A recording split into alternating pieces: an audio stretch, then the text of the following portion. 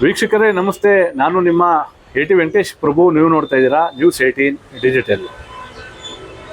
ಇವತ್ತು ಏನು ರಾಮನಗರ ಜಿಲ್ಲೆಯಲ್ಲಿ ರೈತಾಪಿ ವರ್ಗದ ಮೇಲೆ ನಡೀತಾ ಇರತಕ್ಕಂಥ ದಾಳಿಯ ವಿಚಾರವಾಗಿ ನಾನು ನಿಮಗೆ ಮಾಹಿತಿಯನ್ನು ಕೊಡಲಿಕ್ಕೆ ಬಂದಿದ್ದೇನೆ. ದಾಳಿಯಿಂದ ಕೂಡಲೇ ನಿಮಗೆ ಏನಿದು ವಿಚಾರ ಅನಿಸ್ಬೋದು. ಇದು ಏನು ಕಾಡು ಪ್ರಾಣಿಗಳ ಹಾವಳಿ ಇದೆ, ಅದರಲ್ಲೂ ಪ್ರಮುಖವಾಗಿ ಕಾಡಾನೆಗಳ ದಾಳಿ ಏನು ನಡೀತಾ ಇದೆ. ಇದರಿಂದಾಗಿ ಜಿಲ್ಲೆಯ ರೈತರು ದಿನನಿತ್ಯ ತಮ್ಮ ಕಷ್ಟದ ಜೀವನವನ್ನು ಎದುರಿಸಬೇಕಾದಂಥ ಅನಿವಾರ್ಯತೆ ಇವತ್ತು ರಾಮನಗರ ಜಿಲ್ಲೆಯ ರೈತರಿಗೆ ಎದುರಾಗಿರುವಂಥದ್ದು. ಈ ವಿಚಾರವಾಗಿ ನಿಮಗೆ ಮಾಹಿತಿಯನ್ನು ಕೊಡಲಿಕ್ಕೆ ಬಯಸ್ತಾ ಇದ್ದೇನೆ. ಪ್ರಮುಖವಾಗಿ ರಾಮನಗರ ಜಿಲ್ಲೆಯಲ್ಲಿ 4 ತಾಲೂಕುಗಳಿದ್ದಾವೆ. ಈಗ ಪ್ರಮುಖವಾಗಿ ಮತ್ತೊಂದು ತಾಲೂಕು ಕೂಡ ಸೇರ್ಪಡೆಯಾಗಿದೆ. ರಾಮನಗರ, ಚನ್ನಪಟ್ಟಣ, ಮಾಗಡಿ, ಕನಕಪುರ ಹೀಗೆ 4 ತಾಲೂಕುಗಳ ಜೊತೆಗೆ ಮತ್ತೊಂದು ಆರೋಹಳ್ಳಿ ತಾಲೂಕು ಕೂಡ ಸೇರ್ಪಡೆ ಆಗಿದೆ. ಪ್ರಮುಖವಾಗಿ ಕಾಡಾನೆಗಳ ದಾಳಿ ನಡೀತಾ ಇರುವಂಥ ತಾಲೂಕುಗಳು ಏನು ರಾಮನಗರ, ಕನಕಪುರ. ಅದರಲ್ಲೂ ಈ 2 ತಾಲೂಕುಗಳಿಂದ ಬಹಳ ಹೆಚ್ಚಿನ ಪ್ರಮಾಣದಲ್ಲಿ ರೈತರ ಬೆಳೆಗಳನ್ನು ಕಾಡಾನೆಗಳು ನಾಶ ಮಾಡ್ತಾ ಇರುವಂಥ ತಾಲೂಕು ಅಂದರೆ ಇದು ಚನ್ನಪಟ್ಟಣ. ಈ ವಿಚಾರವಾಗಿ ಸಾಕಷ್ಟು ಬಾರಿ ರೈತರು ಹೋರಾಟಗಳನ್ನು ಮಾಡಿದ್ದಾರೆ. ರಾಜ್ಯ ಸರ್ಕಾರದ ಗಮನವನ್ನು ಸೆಳೆಯಲಿಕ್ಕೆ ಪ್ರಯತ್ನವನ್ನು ಪಟ್ಟಿದ್ದಾರೆ.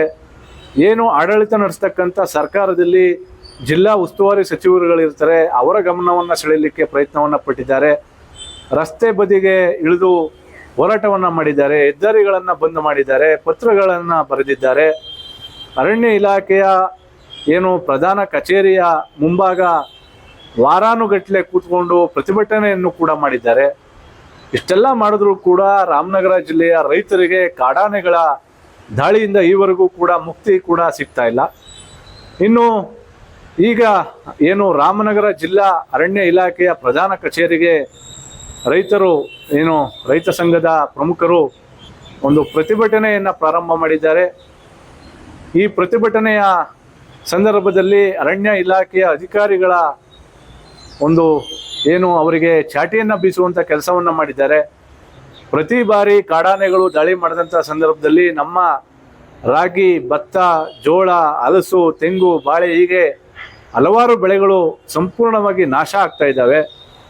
ಆದರೆ ನೀವು ಕೊಡುವಂಥ ಬಿಡಿಗಾಸು ಏನು ಪರಿಹಾರದ ರೂಪದಲ್ಲಿ ನೀವೇನು ಕೊಡ್ತೀರಿ, ಅದು ನಾವು ಖರ್ಚು ಮಾಡಿರುವ ಕೂಲಿಗೂ ಕೂಡ ಸಾಕಾಗುವುದಿಲ್ಲ. ಅಂದರೆ ನಮ್ಮ ತೋಟಗಳಲ್ಲಿ ಕೂಲಿ ಕೆಲಸ ಯಾರು ಮಾಡಲಿಕ್ಕೆ ಬರ್ತಾರೆ ಅವರಿಗೂ ಕೂಡ ಸಾಕಾಗುವುದಿಲ್ಲ.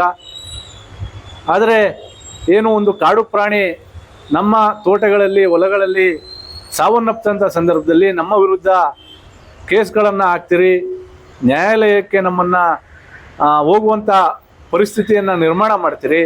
ಆದರೆ ಅದೇ ಕಾಡು ಪ್ರಾಣಿಗಳು ನಮ್ಮ ಹೊಲಕ್ಕೆ, ನಮ್ಮ ಜಮೀನಿಗೆ ಬಂದು ನಮ್ಮ ಬೆಳೆಯನ್ನು ನಾಶ ಮಾಡಿದಂಥ ಸಂದರ್ಭದಲ್ಲಿ ನಮ್ಮ ಪರವಾಗಿ ನೀವು ಮಾತನಾಡಲಿಕ್ಕೆ ಸಾಧ್ಯ ಆಗೋದಿಲ್ಲ. ಹಾಗಾಗಿ ನಮಗೆ ಈ ನಿಟ್ಟಿನಲ್ಲಿ ನೀವು ಯೋಚನೆಯನ್ನು ಮಾಡಬೇಕು. ಪ್ರಮುಖವಾಗಿ ಏನು ಕಾಡಾನೆಗಳು ದಾಳಿಯನ್ನು ಮಾಡ್ತಾ ಇದ್ದಾವೆ, ಇದನ್ನು ತಡೆಗಟ್ಟುವಂಥ ಪ್ರಯತ್ನವನ್ನು ಅರಣ್ಯ ಇಲಾಖೆಯ ಅಧಿಕಾರಿಗಳು ಮಾಡಬೇಕು ಎನ್ನುವಂಥ ಹಕ್ಕೊತ್ತಾಯವನ್ನು ಮಾಡಿದ್ದಾರೆ. ಪ್ರಮುಖವಾಗಿ ರಾಮನಗರ, ಚನ್ನಪಟ್ಟಣ, ಕನಕಪುರ ಈ 3 ತಾಲೂಕುಗಳ ರೈತರು ಕಾಡಾನೆ ದಾಳಿಯಿಂದ ಸಾಕಷ್ಟು ಪರಿತಪಿಸುವಂಥ ಸ್ಥಿತಿ ನಿರ್ಮಾಣ ಆಗಿರುವಂಥದ್ದು. ಯಾಕಂದರೆ ರಾಮನಗರದಲ್ಲಿ ತೆಂಗಿನಕಲ್ಲು ಅರಣ್ಯ ಪ್ರದೇಶ ಬರ್ತದೆ, ಕನಕಪುರಕ್ಕೆ ಹೋದರೆ ಕಬ್ಬಾಳು ಅರಣ್ಯ ಪ್ರದೇಶ ಮತ್ತು ಅಚಲು ಪ್ರದೇಶ ಬರ್ತದೆ. ಇನ್ನು ಚನ್ನಪಟ್ಟಣಕ್ಕೆ ಬಂದರೆ ತೆಂಗಿನಕಲ್ಲು ಸೇರಿದಂತೆ ಏನು ಬಿವಿಹಳ್ಳಿ ವ್ಯಾಪ್ತಿಯಲ್ಲಿ ಬರ್ತಕ್ಕಂಥ ಕಾಡು ಪ್ರದೇಶಗಳಲ್ಲಿ ಈಗಾಗಲೇ ಕಾಡಾನೆಗಳ ಹಿಂಡು ಅಲ್ಲೇ ಒಂದು ತಂಗುವಂಥ ವ್ಯವಸ್ಥೆಯನ್ನು ಕೂಡ ಮಾಡಿಕೊಂಡಿದ್ದಾವೆ. ಮಾಹಿತಿಗಳ ಪ್ರಕಾರ ಸರಿಸುಮಾರು 20ರಿಂದ 25 ಪುಂಡಾನೆಗಳು ರಾಮನಗರ ಜಿಲ್ಲಾ ವ್ಯಾಪ್ತಿಯಲ್ಲಿ ಸಂಚಾರವನ್ನು ಮಾಡ್ತಾ ಇದೆ. ಅದು ಪ್ರಮುಖವಾಗಿ ಚನ್ನಪಟ್ಟಣ, ಕನಕಪುರದಲ್ಲಿ ಸಾಕಷ್ಟು ಬೀಡನ್ನು ಬಿಟ್ಟಿರುವಂಥದ್ದು. ಅದೆಲ್ಲವೂ ಕೂಡ ಒಂಟಿ ಸಲಗಗಳಾಗಿ ಏನು ಇರುವಂಥದ್ದು ಎನ್ನುವಂಥ ಮಾಹಿತಿ ಕೂಡ ಅರಣ್ಯ ಇಲಾಖೆಯ ಅಧಿಕಾರಿಗಳು ಕೊಡ್ತಾ ಇರುವಂಥದ್ದು. ಇನ್ನು ಈ ಬಗ್ಗೆ ರಾಜ್ಯ ಸರ್ಕಾರ ಕೂಡ ಕ್ರಮವನ್ನು ವಹಿಸಬೇಕಾಗಿದೆ. ಪ್ರಮುಖವಾಗಿ ಏನು ಉಪಮುಖ್ಯಮಂತ್ರಿಗಳಾಗಿರುವಂಥ DK ಶಿವಕುಮಾರ್ ಅವರ ಸ್ವಕ್ಷೇತ್ರದಲ್ಲಿ ಸಾಕಷ್ಟು ಕಾಡಾನೆ ದಾಳಿಯಿಂದ ರೈತರು ಸಾವನ್ನಪ್ಪಿದ್ದಾರೆ, ಬೆಳೆ ನಾಶ ಆಗಿದೆ. ಆದರೆ ಈ ಹಿಂದೆ ಸಂಸದರಾಗಿದ್ದಂಥ DK ಸುರೇಶ್ ಅವರು ಕಾಡಾನೆಗಳ ದಾಳಿಯ ಏನು ಆ ದಾಳಿ ನಡೀತಾ ಇದೆ ಅದನ್ನು ತಡೆಗಟ್ಟಲಿಕ್ಕೆ ರೈಲ್ವೆ ಬ್ಯಾರಿಕೇಡ್ ಅನ್ನೋ ಯೋಜನೆಯನ್ನು ತಂದಿದ್ರು. ಅದು ಇವಾಗಲೂ ಕೂಡ ನಡೀತಾ ಇದೆ. ಆದರೆ ಈ ಸಂದರ್ಭದಲ್ಲಿ ಏನೇ ಒಂದು ಪ್ರಯತ್ನವನ್ನು ಮಾಡಿದ್ರೂ ಕೂಡ ಕಾಡಾನೆಗಳ ದಾಳಿ ತಡಿಲಿಕ್ಕೆ ಯಾರ ಕೈಲೂ ಸಾಧ್ಯ ಆಗ್ತಾ ಇಲ್ಲ. ಇದರಿಂದಾಗಿ ರೈತರ ಬದುಕು ಬೀದಿಗೆ ಬಿದ್ದಂತಾಗಿದೆ. ಹಾಗಾಗಿ ಈ ವಿಚಾರವಾಗಿ ರಾಜ್ಯ ಸರ್ಕಾರ ಮತ್ತು DK ಶಿವಕುಮಾರ್ ಅವರು ಬಹಳ ಹೆಚ್ಚಿನ ಗಮನವನ್ನು ವಹಿಸಬೇಕಾಗಿದೆ. ಪ್ರಮುಖವಾಗಿ ಏನು ಈಗ ಚನ್ನಪಟ್ಟಣದಲ್ಲಿ ಕಾಡಾನೆಗಳ ದಾಳಿ ಅತಿ ಹೆಚ್ಚಾಗಿ ನಡೀತಾ ಇದೆ. ನೂತನವಾಗಿ ಆಯ್ಕೆಯಾಗಿರುವಂಥ ಶಾಸಕ CP ಯೋಗೇಶ್ವರ್ ಅವರು ಕೂಡ ಈ ಬಗ್ಗೆ ಗಮನವನ್ನು ಹರಿಸಬೇಕು ಎನ್ನುವಂಥ ಒತ್ತಾಯ ರೈತ ಮುಖಂಡರು ಹೇಳ್ತಾ ಇರುವಂಥದ್ದು. ಎಲ್ಲದರ ಬಗ್ಗೆ ಏನು ರೈತರು ಕೂಡ ಮಾತನಾಡಿದ್ದಾರೆ. ಅದರ ವಿಡಿಯೋ ಸಂಪೂರ್ಣವಾಗಿ ಇಲ್ಲಿದೆ. ನೋವಿನ ಕಾರಣಕ್ಕೆ ಆಗಿರೋ ನಷ್ಟದ ಕಾರಣಕ್ಕಾಗಿ ನಮ್ಮ ರೈತರಿಗೆ ಸಿಟ್ಟದೆ, ಕೋಪ ಬಂದದೆ, ಆ ಹಿನ್ನೆಲೆಯಲ್ಲಿ ಆಕ್ರೋಶವನ್ನು ವ್ಯಕ್ತಪಡಿಸ್ತಿದ್ದಾರೆ. ಆದಾಗ್ಯೂ ನಾವು ಶಾಂತಿಯುತ ಮಾರ್ಗದಲ್ಲಿ ನಮ್ಮ ಪ್ರತಿಭಟನೆಯನ್ನು ಹಮ್ಮಿಕೊಂಡಿದ್ದೇವೆ. ಇದು 4ನೇ ಸಿಟ್ಟಿಂಗ್ಸ್. ಇದು ಹಿರಿಯ ಅಧಿಕಾರಿಗಳು ಬರ್ತಿದ್ದಾರೆ ಅಂತಿದ್ದಾರೆ, ಕಾಯ್ತಿದ್ದೀವಿ. ಅಷ್ಟೇ ಅಲ್ಲ, ಈ ಜಿಲ್ಲೆಯ ಜನಪ್ರತಿನಿಧಿಗಳು ಹಾಗೇನೆ ಡೆಪ್ಟಿ CM ಏನಿದ್ರು ಅವ್ರಿಗೆಲ್ಲ ಕೂಡ ಗಮನಕ್ಕೆ ತಂದಿದ್ದೀವಿ. ಕಳೆದ 2016ರಿಂದ ಇಲ್ಲಿ ತನಕ ಬಹಳಷ್ಟು ಪತ್ರ ವ್ಯವಹಾರ ಮಾಡಿದ್ದೀವಿ. ಏನೆಲ್ಲ ಡಿಮ್ಯಾಂಡ್ಸ್ ಆಗಬೇಕು, ಶಾಶ್ವತವಾಗಿ ಈ ಜಿಲ್ಲೆಯಲ್ಲಿ ಆನೆಗಳು ನಿರಂತರವಾಗಿ ಕಾಡ್ತಾ ಇದೆಯೋ ರೈತರ ಬೆಳೆ ಮತ್ತು ಬದುಕನ್ನು ಅದನ್ನು ಸಂರಕ್ಷಣೆ ಮಾಡಬೇಕು, ಅದನ್ನು ಉಳಿಸ್ಬೇಕು ಅನ್ನೋ ಹಿನ್ನೆಲೆಯಲ್ಲಿ ಒತ್ತಾಯ ಮಾಡ್ತಾ ಅವುಗಳ ಮೂಲ ನೆಲೆಗೆ ಓಡಿಸಿದ್ರೆ ಮಾತ್ರ ಈ ರೈತನ ಬೆಳೆ ಬದುಕು ಉಳಿತದೆ, ಆರ್ಥಿಕವಾಗಿ ಅವನೇನೋ ಸದೃಢ ಆಗ್ಲಿಕ್ಕೆ ಸಾಧ್ಯ ಆಗ್ತದೆ ಅನ್ನುವಂಥ ವಿಚಾರಗಳನ್ನಿಟ್ಟು ನಾವು ಸತ್ಯಾಗ್ರಹವನ್ನು ಹಮ್ಮಿಕೊಂಡಿದ್ದೀವಿ. ಇವತ್ತು ಸಾಂಕೇತಿಕವಾಗಿ ಪ್ರಾರಂಭ ಆಗಿದೆ, ನಾಳೆ ನಾಡಿದ್ದೆಲ್ಲ ಇರ್ತದೆ. ಸೊ ನಮ್ಮ ಅನಿರ್ದಿಷ್ಟಾವಧಿ ಅನ್ನುವಾಗ ಕೇವಲ ಇವತ್ತಿಗೆ ಸೀಮಿತ ಅಲ್ಲ. ಅಧಿಕಾರಿಗಳ ಮೇಲೆ ಅರಣ್ಯ ಭವನದ ಅಧಿಕಾರಿಗಳು ಅವ್ರ ಕಣ್ಣು ಕಿವಿ ಎಲ್ಲ ಇದ್ದು ಬರಬೇಕು. ಬಂದಾದ್ಮೇಲೆ ನಮ್ಮ ಅಹವಾಲುಗಳೇನಿದಾವೋ, ಡಿಮ್ಯಾಂಡ್ಗಳೇನಿದಾವೋ ಅವುಗಳನ್ನ ನಾವು ಅವ್ರ ಮುಂದೆ ವ್ಯಕ್ತಪಡಿಸ್ತೀವಿ. ಅದಕ್ಕೆ ಪೂರಕವಾಗಿ ಸ್ಪಂದಿಸದ್ದೇ ಆದರೆ ನಾವು ಯೋಚನೆ ಮಾಡ್ತೀವಿ, ತೀರ್ಮಾನ ಮಾಡ್ತೀವಿ. ಇಲ್ಲ ಅಂದರೆ ಬೇರೆ ದಾರಿ ಇದ್ದಾವೆ, ನಮಗೂ ಬೇರೆ ಮಾರ್ಗಗಳಿದ್ದಾವೆ. ಹೇಗೆ ಅಧಿಕಾರಿಗಳನ್ನ ಮಣಿಸ್ಬೇಕು, ಆನೆಗಳನ್ನ ಈ ಜಿಲ್ಲೆಯಿಂದ ಅಂತಿಮ ತಾರ್ಕಿಕ ಅಂತ್ಯ ಕಾಣಲಿಕ್ಕೆ ಏನೇನೆಲ್ಲ ಮಾಡ್ಬೋದು ಆ ಎಲ್ಲ ಆಯುಧಗಳನ್ನ ಇಟ್ಕೊಂಡೇ ಬಂದಿದ್ದೀವಿ. ವೆಪನ್ಸ್ ಅಂದರೆ ಬರೀ ಕೇವಲ ಆಯುಧಗಳಲ್ಲ, ಮದ್ದು ಗುಂಡಲ್ಲ, ಬೇರೆ ವೀರದ ಆಯುಧಗಳು.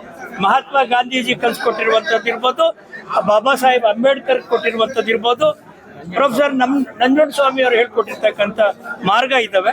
ಆ ಎಲ್ಲವನ್ನ ಬಳಕೆ ಮಾಡ್ತೀವಿ ಒಂದೊಂದಾಗಿ. ಅರಣ್ಯ ಭವನ ಬಾಗಿಲು ಮುಚ್ಕೋಬೇಕಂಗಿದ್ಮೇಲೆ ಜವಾಬ್ದಾರಿ ಅದು. ಅರಣ್ಯ ಭವನದ ಯಾರು PCCF ಇದ್ದಾರೋ ಅಥವಾ ಅರಣ್ಯ ಸಚಿವರಿದ್ದಾರೋ ಅವರ ಜವಾಬ್ದಾರಿ ಅದು.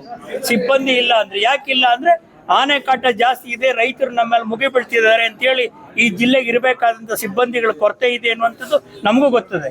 ಯಾರು ನಿಭಾಯಿಸ್ಬೇಕು? ಇಲಾಖೆ ನಿಭಾಯಿಸ್ಬೇಕು. ಅರಣ್ಯ ಭವನದ ಹೊಣೆಗಾರಿಕೆ ಅದು, ಅರಣ್ಯ ಸಚಿವರ ಜವಾಬ್ದಾರಿ ಅದು. ಇಲ್ಲ ಅಂದ್ರೆ ಅವ್ರು ರಾಜೀನಾಮೆ ಕೊಟ್ಟು ಹೋಗ್ಬೇಕು. ಆನೆಗಳನ್ನ ಬಿಟ್ಬಿಟ್ರೆ ಬೇಡ, ನಮ್ಮ ಜಮೀನುಗಳನ್ನ ನಮ್ಮ ಮಹಿಳೆಯರು ಬಂದವರು ಹೇಳ್ತಿದ್ರು, ನಮ್ಮ ಜಮೀನುಗಳನ್ನ ತಗೊಂಡ್ಬಿಡಿ, ನಮ್ಮೊಂದು ಕೆಲಸ ಕೊಡಿಸಿ, ನಮ್ಮ ಮನೆ ಯಾರು ಗಂಡು ಮಗನಿಗೋ ಹೆಣ್ಮಗಳಿಗೋ, ಇಲ್ಲವೇ ನಮ್ಮ ಜಮೀನು ತಗೊಂಡು ವರ್ಷಕ್ಕಿಷ್ಟು ಅಂತೇಳಿ ನಮಗೆ ಭತ್ಯೆ ಕೊಟ್ಬಿಡಿ. ಈ ಡಿಮ್ಯಾಂಡ್ ಇದೆ ನಮ್ದು.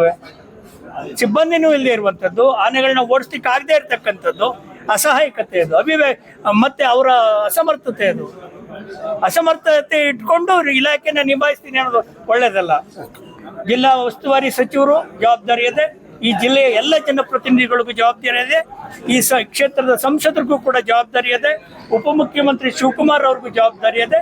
ಆನೆಗಳನ್ನ ಶಾಶ್ವತವಾಗಿ ಮೂಲ ನೆಲೆಗೆ ಓಡಿಸ್ಲಿಕ್ಕೆ ತತ್ಕ್ಷಣದಲ್ಲಿ ಯೋಚನೆ ಮಾಡಬೇಕು, ಆಲೋಚನೆ ಮಾಡಬೇಕು. ಅಷ್ಟೇ ಕ್ಷಿಪ್ರಗತಿನಲ್ಲಿ ಮುಂದಾಗಬೇಕು, ಸ್ಪಂದಿಸಬೇಕು.